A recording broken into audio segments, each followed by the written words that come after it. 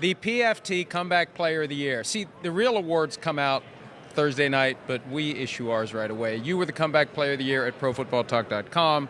Christian McCaffrey with us here. Great to see you. How's everything? Appreciate you guys having me. Did you know you were the PFT Comeback Player of the Year? I did. You did? Damn, Yes. you're supposed to say, no, I don't pay attention to your crap, I Florio. pay attention to all of that, and I appreciate that. I really appreciate that. You know, the whole concept of Comeback Player of the Year is controversial among the people who debate it because, and I don't want to name names, but if it's a guy who just was never very good and all of a sudden had a good year, no, I mean, what are you coming back from? Yeah. You came back from adversity, you came back from injury, you came back from the fact that you play a position where every time you get the ball, you are going into a massive humanity that creates a very real risk of an injury. And I respect anyone that plays running back in the NFL because you're guaranteed at some point to get banged up with all those huge bodies in there. You're hired. Yeah. You're hired.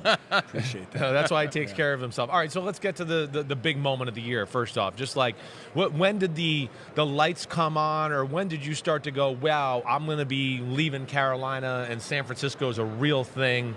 You know, kind of explain how that all went down and the transition happened. Yeah, so I got traded on Thursday at about 11 p.m. Eastern time. Didn't say bye to any of my teammates. Was on a flight 7 a.m., got to Santa Clara on Friday morning, practiced for the Niners. This is after preparing for – I thought I was playing Tampa all week. Right. And practiced for the Niners on Friday. Didn't know what I was doing. Head was spinning. Spent the next 18 hours, whatever it was, with the coaches trying to learn as many plays as humanly possible. Well, so wait. So, I mean, you didn't have any even like an inkling maybe a week before the trade? When did you start to like go, okay, wait, maybe there's something might happen with me in my life here? Well, it was a lot of chatter. There was a lot of chatter and speculation, and I didn't believe anything until it was, cut and dry. And I think later in that week, it started to become more and more real. I think Carolina was just waiting for a better offer, and they were honest with me and upfront, and I appreciated that. Right.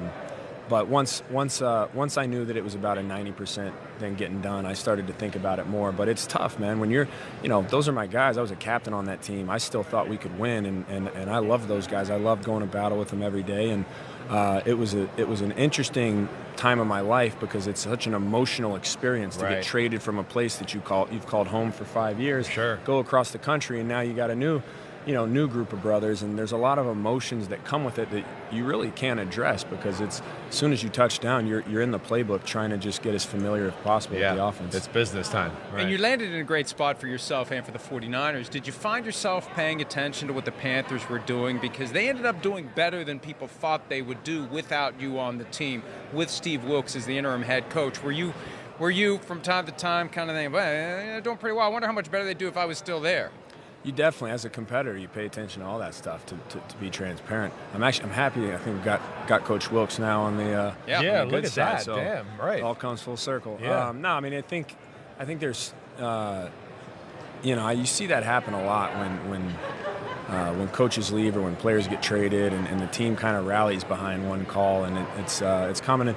And once again, you want those guys to do well because those are my teammates. Those are the guys that, I really love those guys, and you want them to do well, but the competitive nature in you is like you don't want them to do better than you're doing. So you definitely pay attention to a little bit of that, but at the end of the day, no one else's success has anything to do with yours.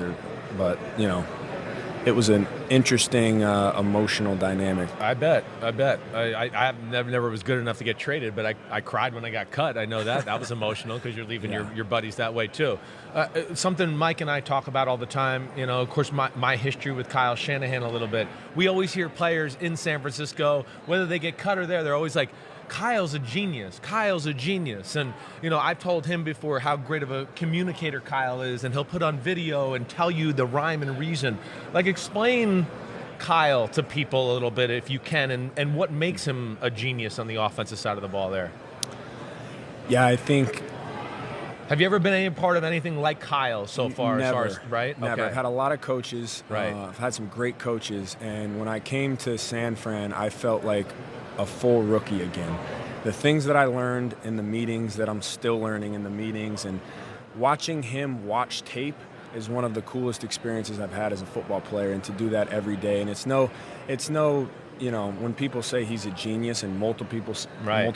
multiple people say he's a genius, Yeah. it's not shocking to me, because that's a word I would use. To do what he's done and to be able to string together different plays that are sustainable constantly, and all of his years in the NFL is impressive. And What is it? Like, what is it when he's watching film? Like, I know he's saying some four-letter words. I'm still learning. But you're learning just how quickly he diagnosed things and then can say it to you and tell you what to look for and clues? What is it that impresses you?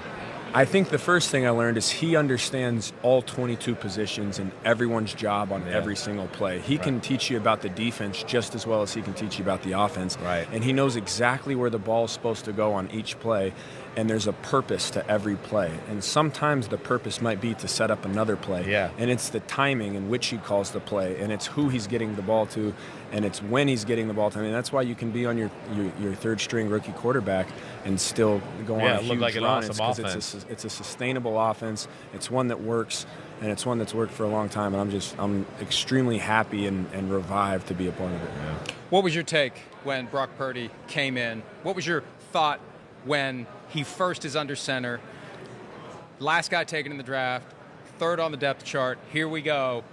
What was going through your own mind as you're adjusting to basically the emergency option taking over? When I first got traded, Brock was the guy who I would spend extra time with, and we would go out to the turf field when everything was over, and he would call out the plays for me, and I would just walk to where I lined up and talk through it. And at the time, he's the rookie third-string quarterback, and so I was familiar with him. I was familiar with him calling plays and all that stuff, and it was funny how it ended up happening. But I think I've played with 11 quarterbacks in 5 years, 11 or 12 quarterbacks in 6, now 13 in 6 years, something along. I might be wrong on the number, but it's something You're the kiss along of death. that. So I know what it's like to have quarterbacks come in the middle of games. So it's familiar, to me, but I was still confident. I think everybody was confident. Those guys were extremely confident. They were with him in training camp. They saw, and he was practicing against the best defense in the league for the whole year and doing really well. And so I think our defensive guys were extremely confident as well. So, I just worried about me getting my job done. I wasn't worried about who was at quarterback or receiver. It was just trying to focus on my job. Well, let's talk about some quarterback. Were you a little nervous a few weeks ago when you might have to play some quarterback? I mean, you can throw it a little. Could you have called plays in the huddle and done all that? I said I felt like a rookie with the running back positions, and going in at quarterback, that's a whole nother level. I think at that point we were all ready for anything. It was whatever you needed us to do. We were going to try anything to go out there and string together a win. And you're never out of the fight. Anything can happen. Defense can get a couple turnovers, a couple big plays here and there. Right. Special teams can return something. For a while. Hey, you scored that touchdown, made it 7-7. I'm thinking, holy crap, they're going to win this game with Josh Johnson. I know. And when he went down, it was.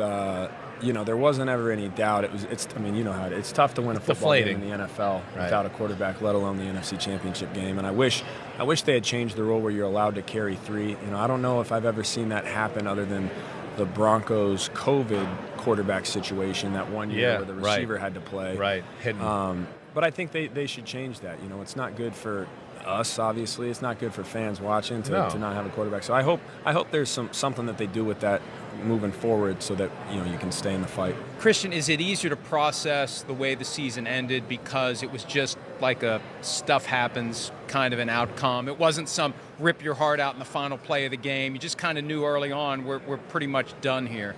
I think it was harder. I think it actually made it harder because it's what could have been. And I just feel like it feels like you had something taken from you. And I think it hurt, and obviously that's a hell of a team. I don't make excuses for losing ever. But that is, and they're a good team with a good defense and but you didn't get to throw your best punches at them. Exactly. Right? Exactly. Yeah.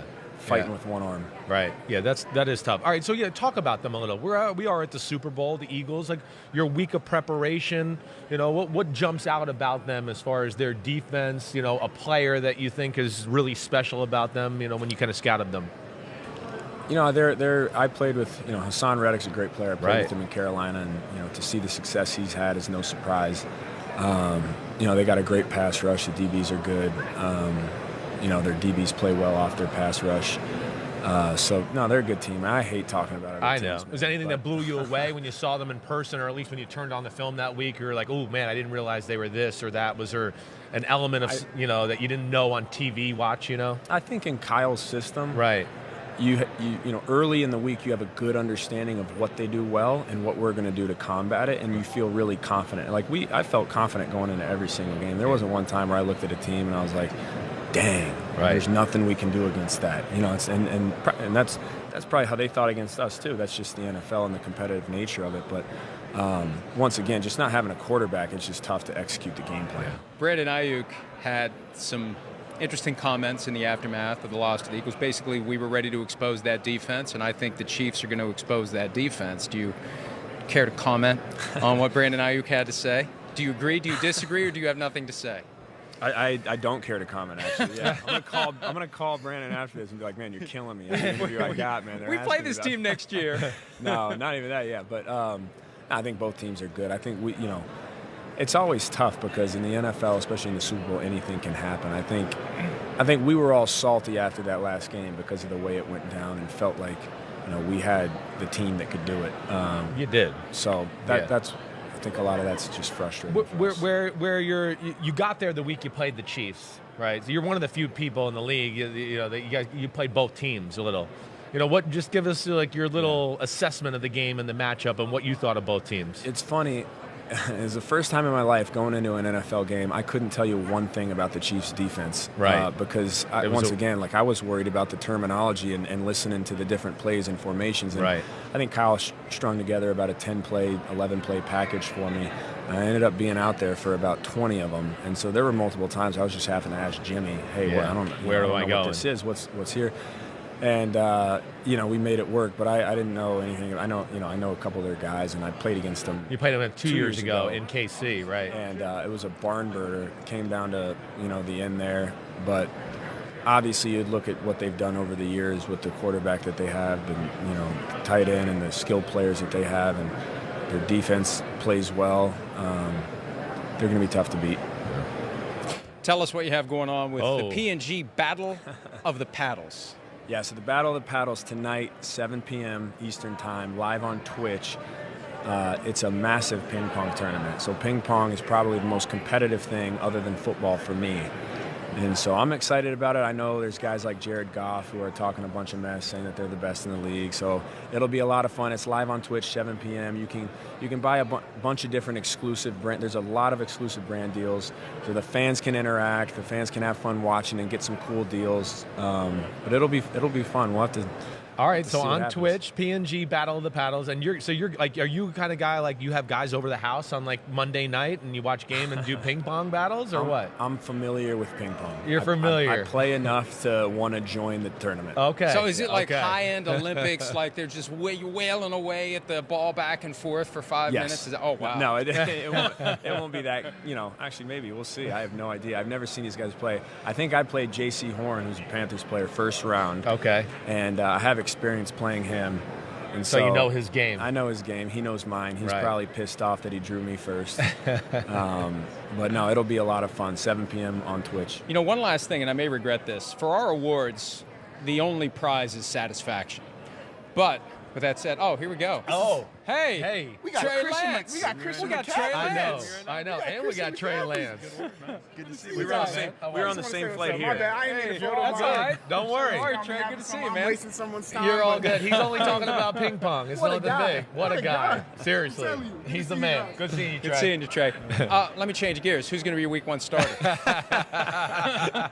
funny. As soon as he knew that was coming. Yeah. Ping pong, I'll probably ping first. I'll be number 1 ping pong starter, and I don't know who's second. Here's what I was saying. We don't give any I just trophies. hope it's not me, quarterback. We don't give any we do too. trophies or awards for our comeback player of the year. But coach of the year, we've developed a thing where I ask the coach, what do you want? And I send it. So what do you want? I'll send you whatever you want for comeback player of the year. That's why I say I may regret it, because God knows what he's going to ask for. What do you want? Bottle of wine, bottle of You know what I scotch? could do? rich, okay? I need a new putter, because I'm All going right. to get into golf this year. What kind of putter? Whatever the best one is. I don't know enough about golf, but all a right. putter, I will love you forever. All right. I appreciate it. Wow. Comeback player of the Look year at gets that. a putter. Damn. I may regret that. but we'll see how much putters cost. Christian McCaffrey, thanks for some of your time. Congratulations on your success. All the best tonight with the battle. You of better the make a Pals. run in this thing. Like you can't be like the guy selling the tournament and get knocked out in the first round. That's right. We'll cover it. There'll be an item exactly on PFT about All right, the outcome of the man battle of up. the Here Pals. we go. Hi, it's Mike Florio. Thanks for watching PFT on YouTube. Hit subscribe for the latest news and analysis from Pro Football Talk.